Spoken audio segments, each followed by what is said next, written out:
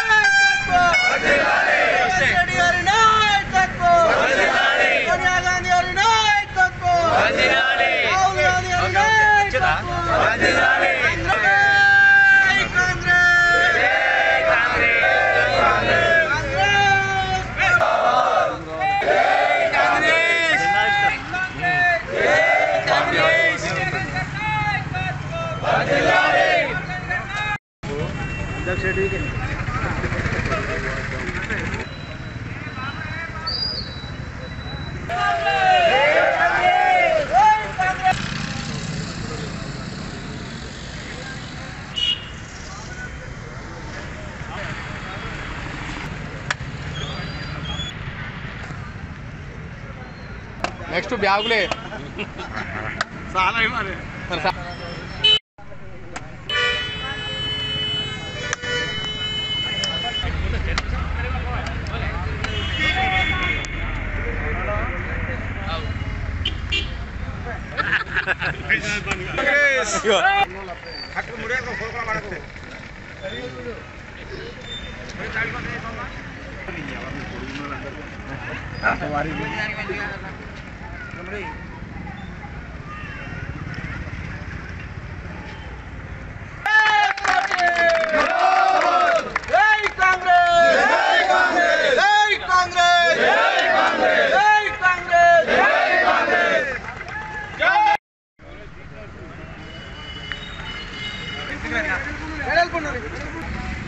ముస్తాబాద్ మండల కేంద్రంలో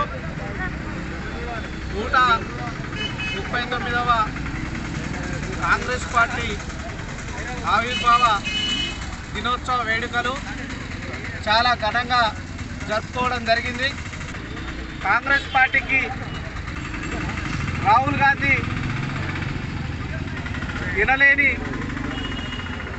సేవలను మరి స్వర్గీయ రాజీవ్ గాంధీ గారు, ఇందిరాగాంధీ గారు తమ ప్రాణాలను సైతం లెక్క చేయకుండా స్వాతంత్ర్యం గురించి పోరాడిన ఘనత వారిది.